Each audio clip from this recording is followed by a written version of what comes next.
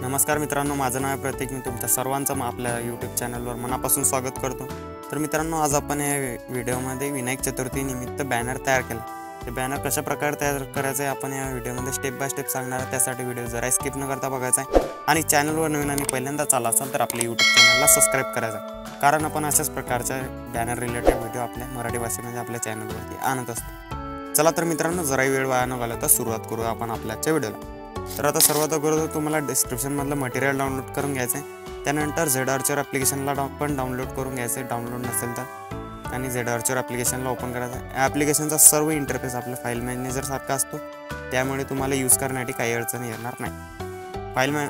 Z Archer application open झाल्यानंतर तुम्हाला त्यामध्ये डाउनलोड फोल्डरला ओपन करायचं आहे. त्यामध्ये विनायक चतुर्थी नावाची एक झिप फाईल दिसेल. झिप फाईलवरती सिम्पली क्लिक करायचं आहे आणि एक्स्ट्रॅक्ट एअर ऑप्शनवरती क्लिक करायचं आहे. तर इथे आता हे पासवर्ड मागेल, तर पासवर्ड आपल्या व्हिडिओमध्ये समोर दिलेला आहे. त्यासाठी व्हिडिओ जरा स्किप न करता बघायचा आहे. पासवर्ड तुम्हाला कुठेही व्हिडिओमध्ये मिळून जाईल. पासवर्ड टाकून झाल्यानंतर ओकेवरती क्लिक करायचं आहे. तर बघू शकता अशा प्रकारे इथे एक विनायक चतुर्थी नावाचं फोल्डर तयार झालेलं आहे. या फोल्डरमध्ये तुम्हाला आपली PLP फाईल दिलेली आहे. तर आता PLP फाईलला ओपन करण्यासाठी पिक्सल लॅब ॲप्लिकेशनला ओपन करून घ्यायचं आहे. ओके, तर पिक्सल लॅब ॲप्लिकेशन ओपन झाल्यानंतर अशा प्रकारचा इंटरफेस येईल. 3 डॉटवरती क्लिक करायचं आहे. ओपन .plp फाईलवरती क्लिक करून .plp वरती क्लिक करायचं. त्यानंतर आपल्या डाउनलोड फोल्डरला ओपन करायचं आहे.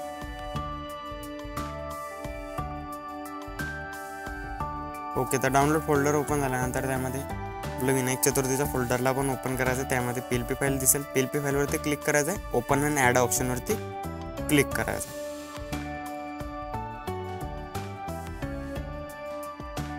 ओपन अँड ॲड केल्यानंतर थोडंसं बॅक यायचं आहे. बघू शकता अशा प्रकारे आपली PLP फाईल इथे एकदम खतरनाक अशा प्रकारे इथे ओपन झालेली. तर यामध्ये काही चेंजेस करायचे असतील तर लेअरवरती क्लिक करून तुम्ही चेंजेस करू शकता. वे आपण इथे 2 बॅकग्राऊंड दिलेलं आहे, यामधलं कोणतं पण तुम्ही यूज करू शकता. ओके, तर अशा प्रकारे सेव्ह करण्यासाठी 3 डॉटवरती क्लिक करून एक्सपोर्ट इमेज ऑप्शनवरती क्लिक करायचं. डिफॉल्टला अल्ट्रावरती ठेवून सेव्ह टू गॅलरी ऑप्शनवरती क्लिक करायचं. यामध्ये आता तुम्ही 2 व्हेरियंटमध्ये करू शकता तयार, ते पण मी तुम्हाला सांगणार आहे कशा प्रकारे तयार करायचं. हे सेव्ह झाल्यानंतर काय करायचं आहे, परत आपल्या लेअर ऑप्शनवरती क्लिक करायचं. ओके, तर थोडंसं लोड होतं. ओके, तर लेअरवरती क्लिक करायचं.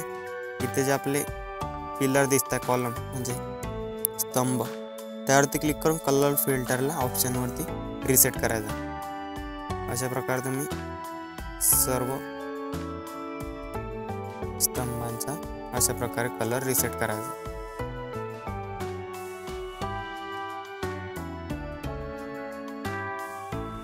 तर बघू शकता अशा प्रकारे इथे 2 व्हेरियंटमध्ये तयार झालेला आहे.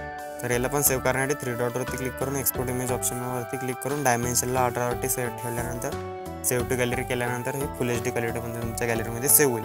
तर व्हिडिओ आजचा कसा वाटला आहे कमेंट करून नक्की सांगायचं. चॅनलवर नवीन असाल तर सबस्क्राईब करायचं आहे.